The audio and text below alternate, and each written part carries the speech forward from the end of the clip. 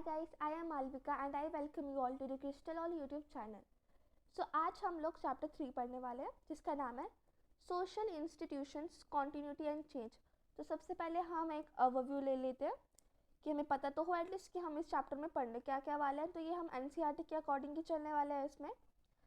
सो अभी हम स्टार्ट करते हैं। सो एनसीईआरटी के 3.1 में हम क्या पढ़ेंगे, caste and the caste system. इसके अंदर भी हम कुछ सब टॉपिक्स पढ़ेंगे, that is the caste in the past, colonialism and caste in the present. Further 3.2 में हम देखेंगे ट्राइबल कम्युनिटीज़ के बारे में, उनके क्लासिफिकेशंस के बारे में कि कैसे उनका क्लासिफिकेशन होता है on the basis of permanent and required trades. Then further हम लोग इसी में देखेंगे ट्राइब के बारे में और उनका मेन स्ट्रीम लोगों का क्या एटीट्यूड रहता है उनके टूवर्ड्स। एंड देन हम देखेंगे जो आज के समाज में क्या ट्राइबल आइडेंटिटी है। देन 3.3 में हम देखेंगे फैमिली एंड किनशिप। इसमें हम न्यूक्लियर एंड एक्सटेंडेड फैमिली के बारे में देखेंगे और भी अलग अलग टाइप्स की फैमिली के बारे में देखेंगे। सो अब हम लोग स्टार्ट करते हैं 3.1 से। तो सबसे पहले हमें ये देखना है कि कास्ट वर्ड कहाँ से डिराइव्ड है। सो मैं पहले ये बता दूँगी, आपके सीयूटी के लिए इंपॉर्टेंट हो सकता है ऐसे क्वेश्चन। सो सबसे पहले हम देखेंगे कि किस लैंग्वेज से डिराइव्ड है। सो एक पोर्टुगीज वर्ड है, इट्स कास्टा। एक पोर्टुगीज वर्ड है कास्टा, ये वहाँ से डिराइव्ड, जिसका मतलब क्या होता है प्योर ब्रीड। सो अगर हम अपने कास्ट इन द पास्ट की बात करें तो पास्ट में हमारा क्या होता था, वर्ना सिस्टम चलता था। वर्ना का अगर हम लिटरल मीनिंग देखें इसका मतलब होता है कलर।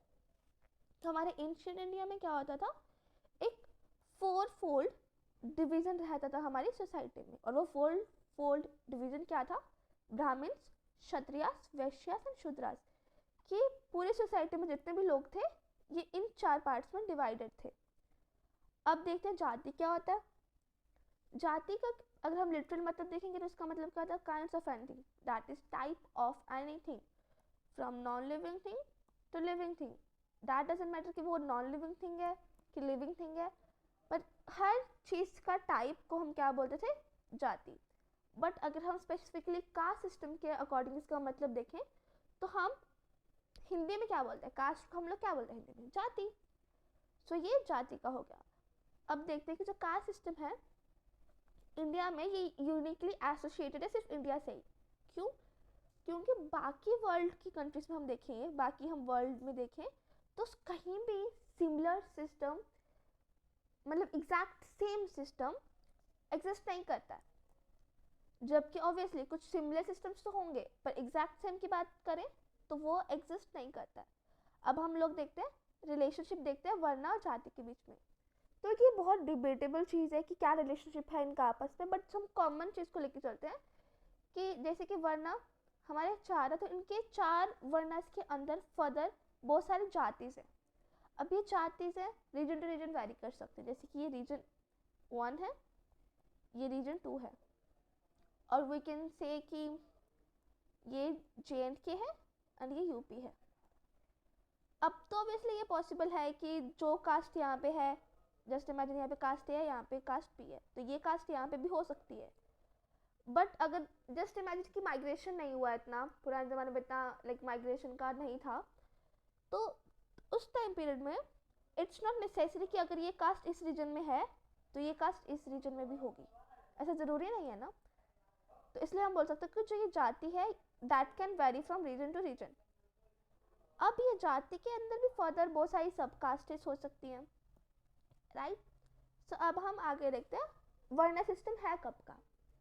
तो इस चीज़ पे बहुत सारी डिबेट्स होती रहती है, पर माना जाता है ये कि रफली ये 3000 साल पुराना सिस्टम है। और इसके बेसिकली वर्ण सिस्टम जब स्टार्ट हुआ था कि 2 फेजेस में हुआ था। मतलब जैसे कि हम पढ़ते हैं हिस्ट्री में भी, हम पढ़ते हैं एंशिएंट हिस्ट्री में हम पढ़ते हैं अर्ली वैदिक पीरियड एंड लेटर वैदिक पीरियड। सो अर्ली वैदिक पीरियड होता है 1000 टू 500 BC, जबकि लेटर वैदिक पीरियड इसके बाद होता है। तो ऐसे हम यहाँ पे देखते हैं अर्ली फेज। अर्ली फेज यहाँ पे है 900 टू 500 BC। अब इसमें क्या होता था कि जो हमारा वर्ना सिस्टम था ना, ये रिजिड नहीं था। मतलब अगर एक ब्राह्मण है तो हो सकता है कि ये सब एक फैमिली है, इसी फैमिली में 4 बेटे हैं और उनका अलग अलग वर्ण के हो सकते हैं वो, लाइक इट कैन बी क्षत्रिय, ब्राह्मण, शूद्रा और वैश्या, ठीक है। क्योंकि इस टाइम पे मूवमेंट उनमें पॉसिबल थी, मूवमेंट उनमें पास पॉसिबल थी, और जो वर्ण था ये on the basis of birth decide नहीं होता था और रिजिड सिस्टम नहीं था, क्योंकि ऑक्यूपेशन चेंज करके अपना वर्ण इजीली चेंज कर सकते थे। अब हम अगर देखें लेटर फेज में ये चीज़ें उल्टी हो जाती है। मतलब यहाँ पे क्या होता है, जो हमारा वर्ण सिस्टम है ये on the basis of birth हो जाता है कि अगर तुम ब्राह्मण पैदा हुए हो तो यू कैन बी ब्राह्मण ओनली, अगर तुम क्षत्रिय हो तुम क्षत्रिय ही रहोगे, डजेंट मैटर तुम्हारे अंदर क्या टैलेंट है, तुम्हारा ऑक्यूपेशन क्या है, उस चीज़ से फ़र्क नहीं पड़ता है। बट सिस्टम यहाँ पे देखा जाए तो रिजिड हो जाता है और मूवमेंट पॉसिबल नहीं होती है। अब हम कुछ फीचर्स देखते हैं कास्ट सिस्टम के।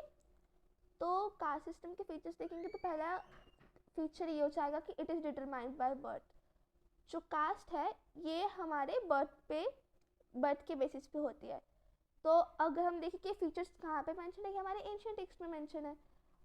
अब हम इसका सेकंड पॉइंट देखते हैं, that is strict rules about marriage, endogamous marriage. तो एज वी नो अभी के टाइम पे भी ऐसा होता है कि अगर तुम एक कास्ट से बिलोंग करते हो तो you have to marry within your caste. However things are changing with time, but generally ऐसा ही चलता है। अगर हम देखें पॉइंट 3 की बात करते हैं, अगर हम यहाँ पे कि rules about food and food sharing, like ये कॉमन एजम्पशन रहता है ना कि अगर हम ब्राह्मण हैं तो we can't have non vegetarian food, हमें वेज खाना ही खाना चाहिए, क्योंकि हमारे एशियन टेक्स्ट हमें ये सजेस्ट करते हैं। तो रूल्स अबाउट फूड हो गए फूड शेयरिंग के बारे में कि अगर तुम ब्राह्मण हो तो you can't share your food with Shudra, right. अब हम देखते हैं पॉइंट 4 टॉक्स अबाउट हायरार्की, कैसे हायरार्की एग्जिस्ट करती है इन कास्ट्स के बीच में। मतलब हर कास्ट को एक रैंक दिया जाता है, ये अपर कास्ट है ये लोअर कास्ट है, तो इनके जो बीच के मिडिल कास्टेज होती है ना इनका रैंक वेरी कर सकता है। कैसे, रीजन टू रीजन इनका रैंक वेरी कर सकता है कि अगर एक रीजन में कास्ट ए डोमिनेंट है तो उसका रैंक हायर होगा, जबकि अगर दूसरे रीजन में कास्ट ए उतनी डोमिनेंट नहीं है तो इसका रैंक लोअर होगा, राइट। अब हम नेक्स्ट देखते हैं सेगमेंटल ऑर्गेनाइजेशन। इसमें क्या बोलते हैं कि जो एक कास्ट है ये फर्दर बहुत सारी सब कास्टेस में डिवाइड होती हैं। अब ये सब कास्टेस के अंदर भी आगे फर्दर सब कास्टेस हो सकती है। अब नेक्स्ट पॉइंट देखें तो caste system was traditionally linked to occupation on the basis of their heredity. जैसे कि देखते हैं कि अगर एक इंसान लोअर कास्ट का है और उसका काम कोई हायर कास्ट का इंसान नहीं कर सकता, क्योंकि जो ऑक्यूपेशन है वो हेरिडिटरी है। So that's it for today. Thank you.